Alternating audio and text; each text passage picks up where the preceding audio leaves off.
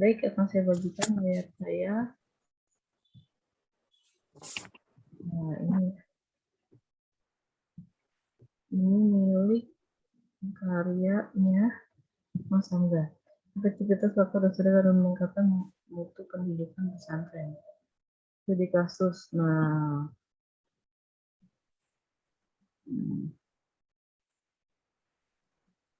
iya ini adalah penelitian kualitatif ya ini ya. Sebetulnya penelitian kualitatif bagi ibu sih tidak ada masalah ya. Hanya nanti dosen penguji kita takutkan memintanya terlalu detail dalam penelitian kualitatifnya ya ibu, agak takut juga ya. Kemarin itu saya tuh ini Bu, sudah kan kemarin itu kan sempat Ibu dikoreksi juga ya. Yang diminta kan kuantitatif. Saya udah coba rubah sih sebetulnya. Kalau misalkan ini masih sifatnya kualitatif, yang sebelah mananya? Tapi kamu untuk melakukan penelitian kualitatif di Albina itu cocok sekali, Mas Hamzah, karena kan kamu memang di situ, kamu observasi di situ, walaupun kurang menarik sih ya, maksudnya judulnya itu. Cuman dari sisi kapabilitas kamu untuk menjadi seorang peneliti kualitatif di situ itu udah tepat sekali gitu.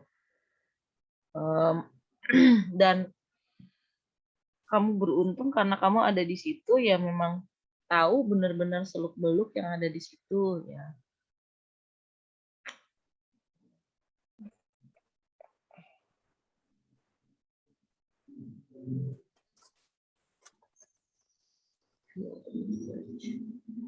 Mungkin kita harus coba ya. Mungkin kualitatif juga bisa lah kita coba ya.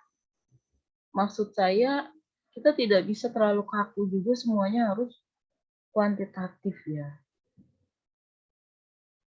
Karena seperti contoh yang ada di sini kan, kamu sudah ada tempat penelitian dan kamu memang mampu untuk ada di situ secara terus-menerus, dan kamu punya akses ke narasumber. Jadi kenapa enggak kamu melakukan penelitiannya kualitatif?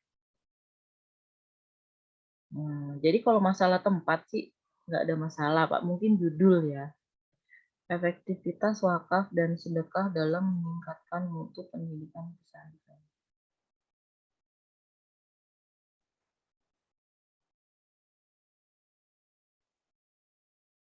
Judulnya kurang menarik sih kalau menurut Ibu mah.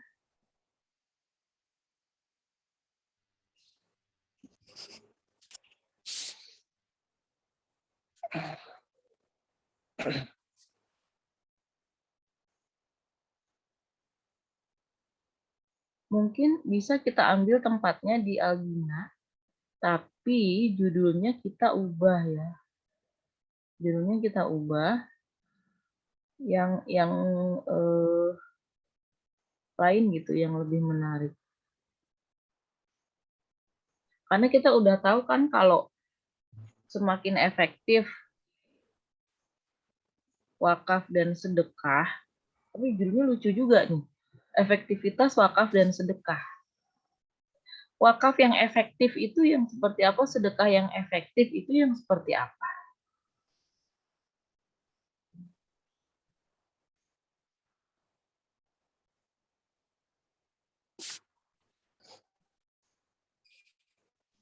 Kecuali judulnya misalnya efektivitas penggunaan dana sedekah ya, atau efektivitas pemanfaatan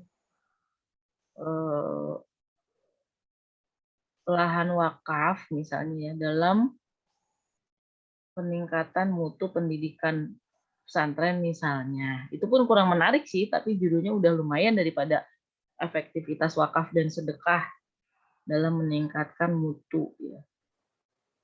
Jadi membuat judul pun kita harus memikirkan ini judulnya sudah betul atau belum secara bahasa ya. Misalnya wakaf yang efektif tuh gimana, sedekah yang efektif tuh gimana? Kayaknya di kalimat judul ini belum betul kalimatnya, sehingga orang juga menangkapnya itu belum langsung bisa menangkap maksud penulis gitu. Kemarin diubah jadi kuantitatif ya.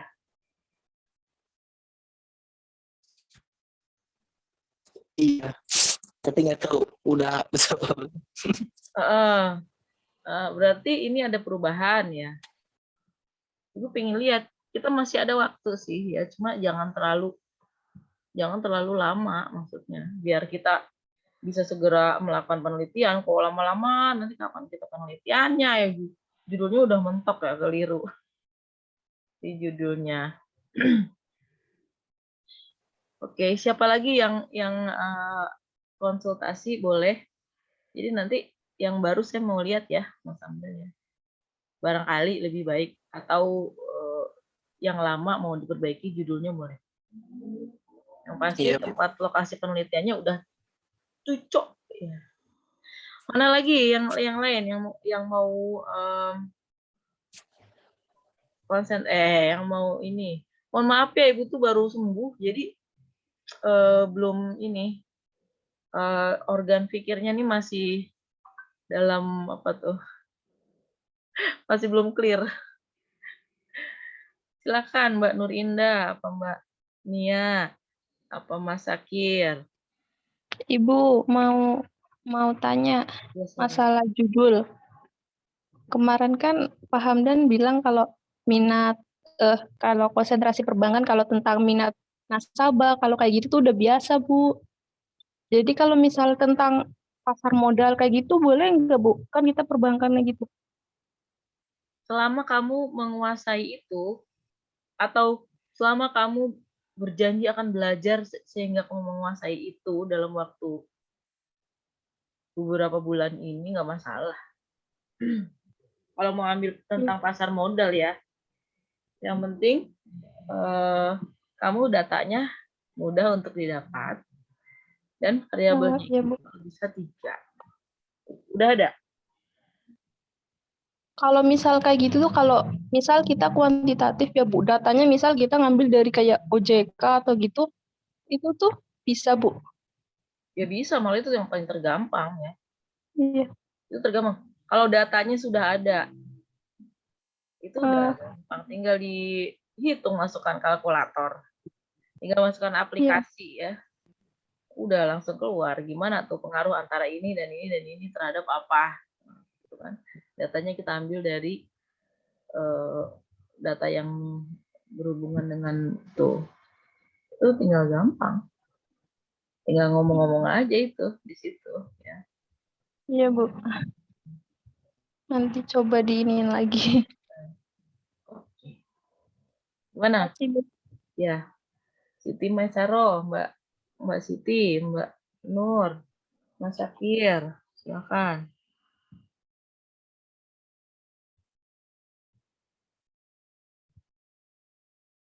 Nafira gimana nih Nafira? Tadi kan WA Ibu ya Nafira ya? Mas Syakir kemana nih? Masih di jalan kali ya? Mas Iwan masih di jalan?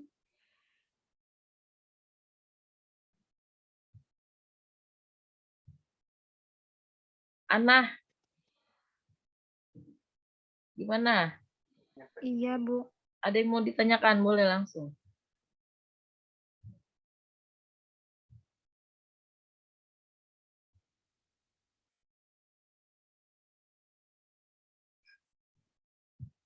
Intinya apapun itu, satu, kamu harus pertama paham tentang metodologi penelitian.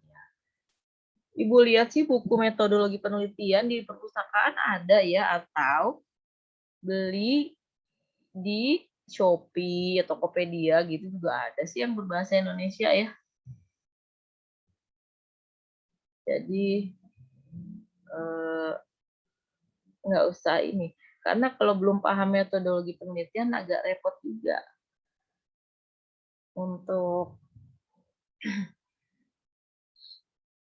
untuk bicaranya itu agak repot ya. Gimana bisa tahu misalnya variabel itu apa, hubungan antar variabel harusnya seperti apa. Usi gambarnya cantik amat di ini profilnya Ti lagi. Hairun Nur Anissa tadi udah WA Ibu ya? Siapa sih yang tadi WA Ibu? Bapak ingat ya.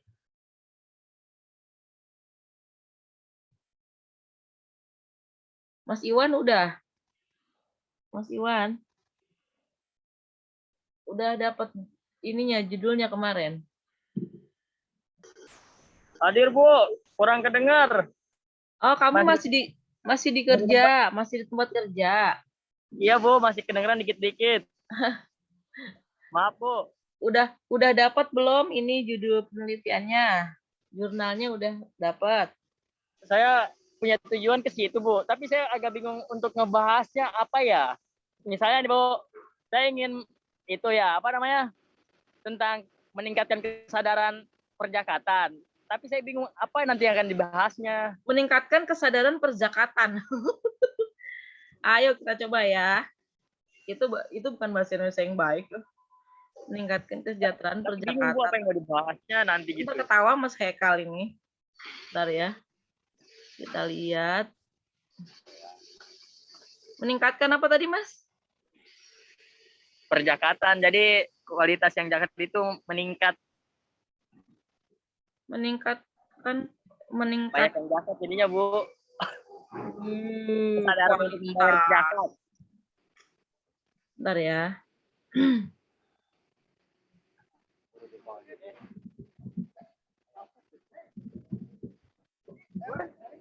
Meningkat itu kan macam-macam meningkatnya tuh apa jumlah muzaki atau meningkatnya minat untuk berzakat atau apa gitu loh.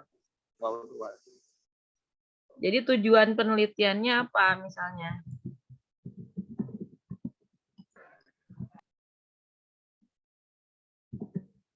Kalau orang yang berzakat namanya apa?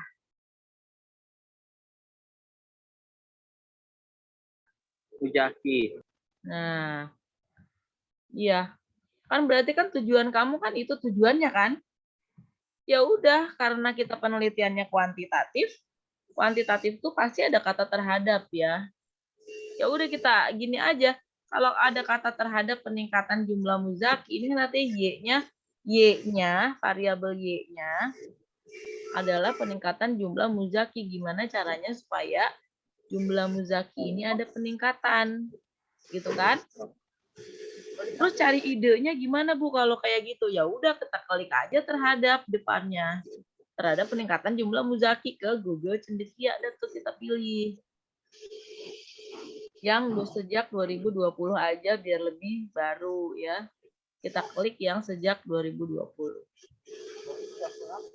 Nah, tadi kita lihat ini ada yang 2016 nih. Yang dari 2016 ya. 2016 itu sudah cukup lama sih kalau mau dijadikan referensi, tapi ya masih lumayan lah ya. Di sini ada tulisan orang pengaruh Islamic marketing mix terhadap peningkatan jumlah muzaki.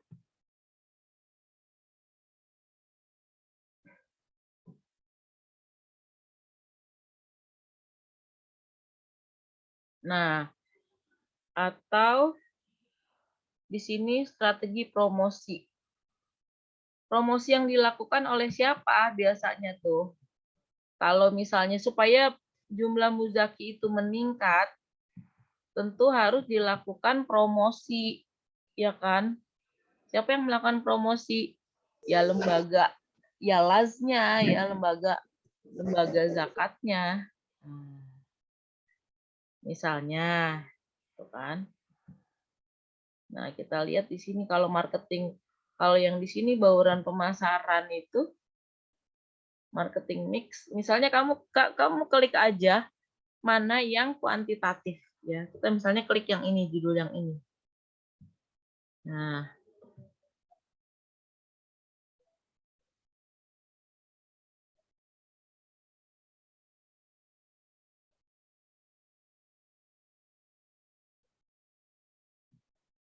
di sini bisa kita lihat bauran pemasaran Islami. Ya, Islamic marketing mix ya, bauran pemasaran Islami merupakan alat yang terdiri dari produk, harga, lokasi dan sebagainya yang digunakan ini lembaga zakat kayaknya ya, dengan tujuan meningkatkan jumlah muzaki. Namun, fakta di lapangan, tunggu kita lihat dulu metodenya. Metode yang digunakan dalam penelitian ini deskriptif analisis. Yo, salah ini ya. Metodenya harusnya dia katakan kuantitatif deskriptif ya. Ini kadang-kadang nih skripsi kayak gini lolos itu juga suka aneh ya. Nah, ini bisa kamu baca Mas nih, ntar Ibu kasihin. Ini teks PDF full text. Ya, coba lihat. Ini kayak gini-gini itu bisa kamu jadikan apa? Referensi ya. Download this PDF file. Untuk downloading file semuanya bisa kan ya? Download file gitu. Ada yang masih belum bisa? Kayak gini ya, seperti ini kita klik yang ini. Nah, ini udah ada nih.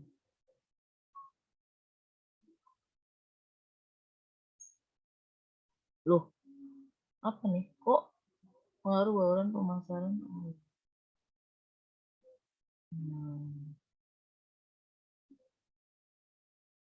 Berarti ini pengaruh Islamic marketing mix terhadap peningkatan jumlah muzaki.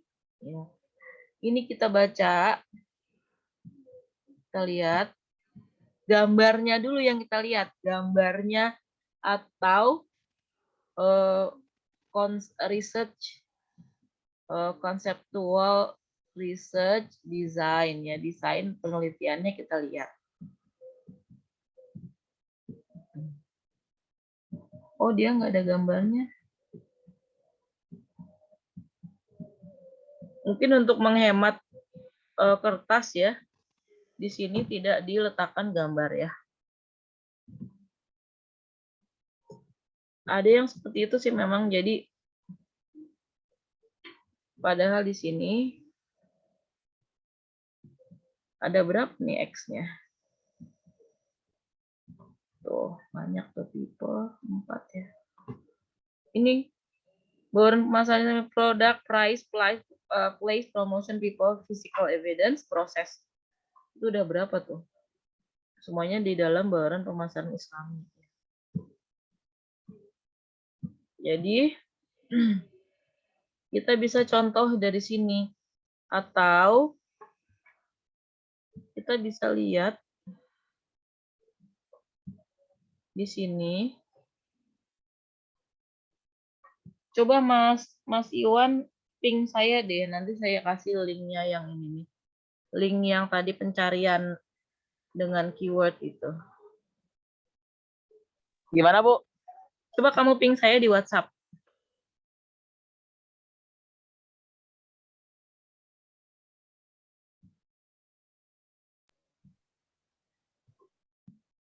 Nanti saya berikan yang ini, link ini. Jadi kamu ntar bisa lihat semuanya. Kita lihat aja di sini judul-judulnya yang ada kata terhadap peningkatan jumlah muzaki. Ini kan ini. Ya, pengaruh bauran pemasaran Islami terhadap ini. Terus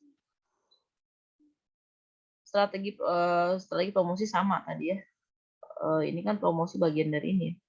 Peran komunikasi interpersonal karyawan terhadap peningkatan jumlah muzaki. Kamu bisa punya X-nya itu beberapa. Yang satu, peran komunikasi interpersonal karyawan. 2, pengaruh bauran pemasaran Islami. Jadi X-nya bisa banyak sekali ya. Terhadapnya ya Y-nya ini peningkatan jumlah muzaki. Tuh, pengaruh transparansi. Oh, ini tingkat kepercayaan ya. Oke. Kalau kayak gini, seperti ini nih kualitatif ya. Ini agak sulit untuk kita track ininya. Variabel definisi operasionalnya agak sulit. Kamu bisa ambil 2 nih Mas nih. Di sini ada tuh peran komunikasi interpersonal karyawan. Ini X1 ya. Terus X2 dan sebagainya bisa dari Islamic marketing mix. Ya, jadi judulnya tuh bisa gini. Gimana ya? Sebentar. Share screen, whiteboard.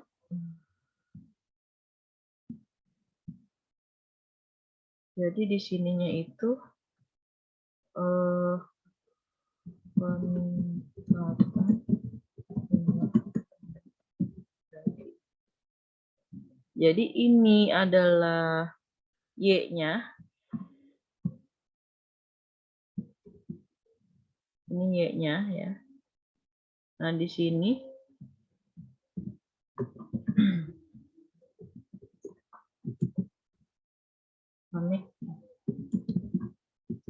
marketing mix. Ini sebagai, ini kan isinya banyak nih, Islamic marketing mix ya. Apa tadi? Place promotion ya. Ini bisa jadi X1, X2, apalagi tadi tuh. Ada banyak ya positioning ya kalau nggak salah ya. Apalagi sih tadi. Jadi Islamic marketing mix ini banyak. Ada 6 apa 7 tadi. Itu bisa X1, X2, X3. Dan di sininya satu lagi. Peran komunikasi interpersonal karyawan. Mana tadi? Hilang nih.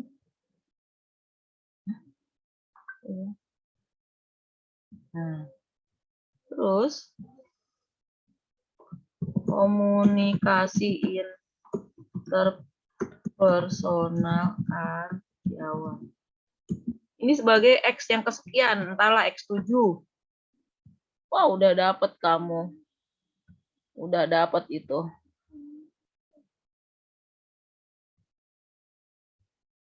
H.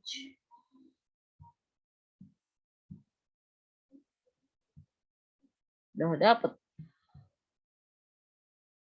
Udah dapet ya. Udah dapet. Udah dapet banyak X-nya. Jadi gini, kadang orang mau berzakat karena karyawannya dari lembaga zakatnya itu komunikasi interpersonalnya luar biasa gitu loh. Dia cara meyakinkan muzaki, cara menjual ini ya lembaga zakatnya ya. Lembaga zakat kita itu programnya ini loh. Kita ada misalnya rutilahu, kita ada satu keluarga satu sarjana, kita ada ini. Dan kalau Anda berzakat di tempat kami, insya Allah kami itu amanah dan akan kami betul-betul serahkan kepada yang berhak, dan kami pun punya akuntabilitas yang baik, kami selalu diaudit ya. Ya pokoknya cara pendekatan ya, komunikasi interpersonal itu bagus gitu. Jadi dia bisa meningkatkan jumlah muzaki yang berzakat di situ. Jadi kamu hanya dengan melihat dari judul-judul aja udah bisa mengumpulkan sebetulnya. Udah bisa mengumpulkan variabel-variabel yang bisa untuk diteliti. Gitu ya. Nah, ini kan kita lihat di sini. Bu, kalau komunikasi interpersonal karyawan, apakah nanti nggak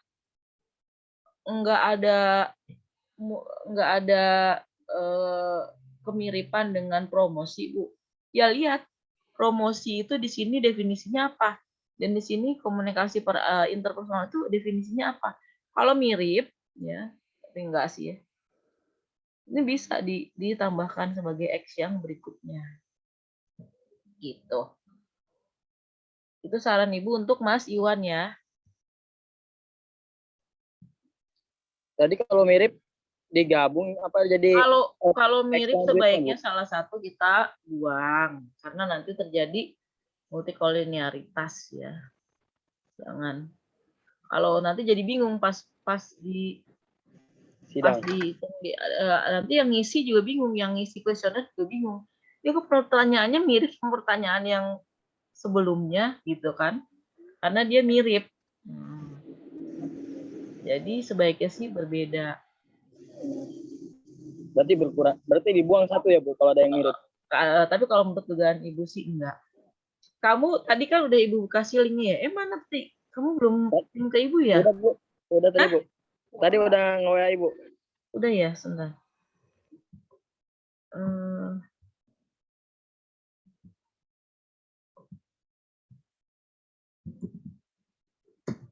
Dah tuh. Makasih Bu. Kamu cari-cari dah situ yang kira-kira. Terima kasih Kalau banyak. buku Ibu, buku penelitian Ibu kebanyakan berbahasa Inggris ya. Jadi kalau makanya tadi Ibu kasih aja 3, soalnya 1 aja belum tentu nanti kamu baca. Ya, kalau pengen penelitian kuantitatif yang berbahasa Indonesia banyak di Shopee, di Tokopedia, di perpustakaan, atau kamu cari e-book ya. Biasanya ada juga sih di Google, cuman tadi Ibu cari belum sempat ketemu ya. Kalau ada yang udah tahu, udah punya, di-share di grup biar kawannya bisa baca ya. Oke, selain Mas Iwan, siapa lagi? Mumpung masih ada waktu. Bu, Ana mau tanya kalau misalkan sama teman kita, maksudnya seangkatan, nggak boleh ya Bu? Ya, sebaiknya jangan sama. Tapi beda ininya Bu, beda variabelnya, ada yang beda gitu. Ya kok tadi bilangnya sama. Enggak, maksudnya intinya gitu, yang Y-nya minat gitu Bu. Ya nggak apa-apa kalau cuma Y mah. Kalau cuma Y-nya mah nggak apa-apa. Karena kan Tapi udah ngajuin judul ya. tempat penelitiannya beda atau sama? Tempat penelitiannya beda. Oh, yang sama hanya Y-nya. Boleh.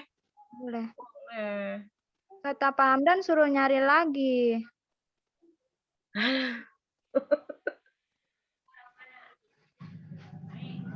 Jadinya bingung. Jadi bingung ya. Coba nanti WA Ibu judul kamu ya. Terus judul temennya yang sama apa? Judul kamu apa? Iya, Bu. Nanti biar Ibu rundingkan dengan Pak Hamdan. Masa dosen beda-beda jawabannya nih gimana nih? Kalau Ibu kan orangnya nggak pingin mempersulit ya. Maksudnya Pak Hamdan juga nggak mau mempersulit. Tapi Ibu yakin Pak Hamdan pinginnya kamu yang terbaik. Gitu. Misalnya ini mau udah terlalu banyak diteliti atau Neng? Mungkin. Kita lihat nanti ya. Kalau Ibu mas skripsi yang penting kamu pada selesai dan kamu pada sarjana udah. Dan nggak parah-parah banget gitu ya. Ya lumayan aja gitu udah oke. Siapa lagi?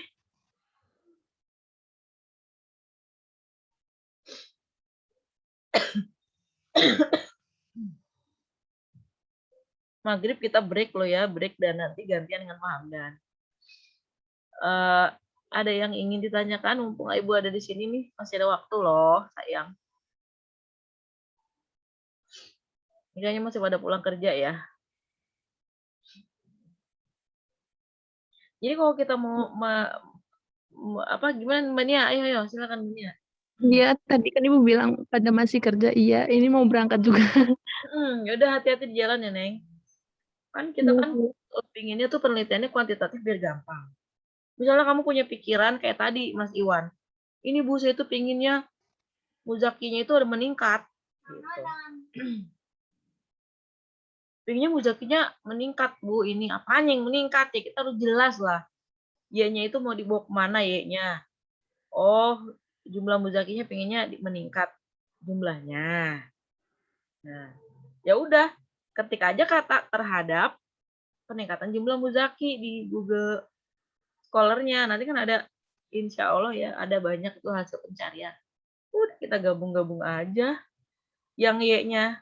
Nah, apalagi kalau di dalam situ ada ininya definisi operasional variabel, kemudian dia ada ininya apa namanya kuesionernya misalnya. Lebih bagus lagi, kita tinggal ngambil aja dari situ kan. Di situ dia ada indikatornya ya. Kita udah enak banget itu, udah tinggal ikut aja dia ngapain kita ikut ya. Asalkan memang itu hasil penelitian yang baik tentu saja.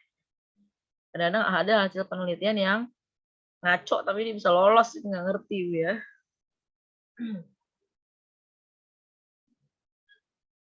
Jadi terus dalam penulisan proposal usahakan kalimatnya janganlah panjang. Jangan 3 kalimat. Jangan 3 baris 1 kalimat.